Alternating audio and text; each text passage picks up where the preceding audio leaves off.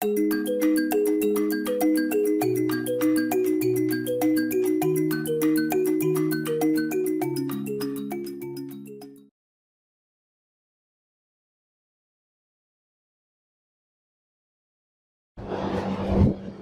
خداوند بخشنده مهربان. بچه‌های عزیزم سلام، حالتون خوبه؟ خدا رو شکر. من عمو ایمان قراره که با یه برنامه جذاب مهمون خونه‌ی شما بشم. قراره براتون داستان بگیم، داستان بسیار زیبا از زندگی شهدا. بچه‌ها فرارسیدن ماه مبارک رمضان رو بهتون تبریک میگم. ماه بندگی خداوند. آماده گوش کردن داستان امروز هستین؟ یه ذره از گوشی موبایل فاصله بگیرین تا چشماتون اذیت بشه. اگه آماده گوش کردن داستان هستین برین و بیاین.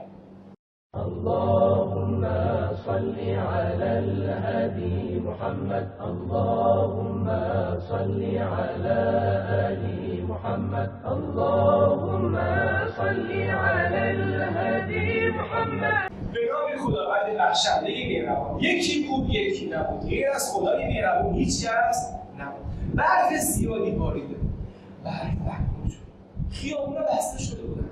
از برف زیاد همه داشتن به خودشون می‌لرزیدن.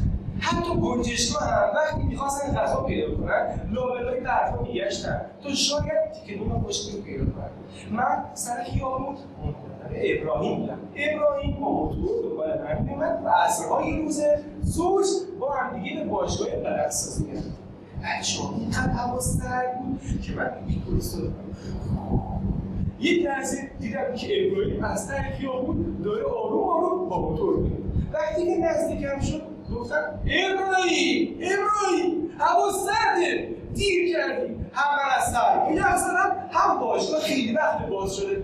بچه‌ها ابراهیم لبخندی زد و سلامی کرد و گفت محمود جان چه اشکالی داره؟ امروز یه ذره دیر بود.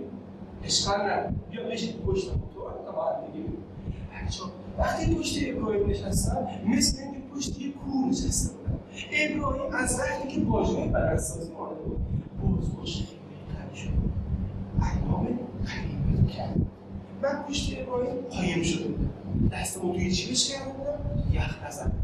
من همیشه با خودم فکر می‌کردم که اگه کسی میخواد با ابراهیم دعوا کنه ابراهیم حتما با اون بازوی بزرگش یه مشتی بهش میزنه و اونو درجا میکشه. و با خودم فکر می‌کردم کی میخواد با ابراهیم دعوا کنه اصلا؟ ولی بچه‌ها حین رانندگی موتورسواری ما داشتیم میرفتیم دیگه موتوری جلوی ما پیش زد. با اینکه حق با ما بود و اشتباه کرده ولی بی‌ادبی کرد و رو کرد به ابراهیم و اوهوی مگه تو چند داری رانندگی میکنی؟ تو بهتره که بیری سوار شطور بشی نه موتور. بچه‌ها وقتی این حرف زد من توی دلم گفتم آخ جون الان به آرزو میرسم حتما ابراهیم یه مشتی بهش میزنه و اون ته خیابون میشه و من هم زور ابراهیم رو میبینم. ولی بچه‌ها اینطور نشد. ابراهیم کلاکات خودش رو بیرون آورد و روی کرد بهش یه لبخندی زد و گفت ببخشید من معذرت می‌خوام. وقتی که ابراهیم اون برخورد رو با او کرد من پیش رفتم گفتم چطور شد؟ ابراهیم به زورش بیشتر بود. ابراهیم که میتونست راه رو از پا در بیاره ولی چرا نقشیدش؟ وقتی که داشتیم به سمت باشگاه میرفتیم من فهمیدم که ابراهیم علاوه بر اینکه زورش خیلی زیاده روح بزرگی هم داره. دوستان من ماه مبارک رمضان ماه بسیار خوبیه که ما هم روحمون رو مثل ابراهیم تقویت کنیم. ما هم کاری کنیم که دیگه عصبانی نشیم و یاد بگیریم که اگر ناراحت یا عصبانی شدیم کشف کنیم. خب بچه‌ها این از داستان امروز انشاءالله که خوشتون اومده باشه. تو این داستان دیگه شما رو به خدای مهربان میسپارم. خداحافظ.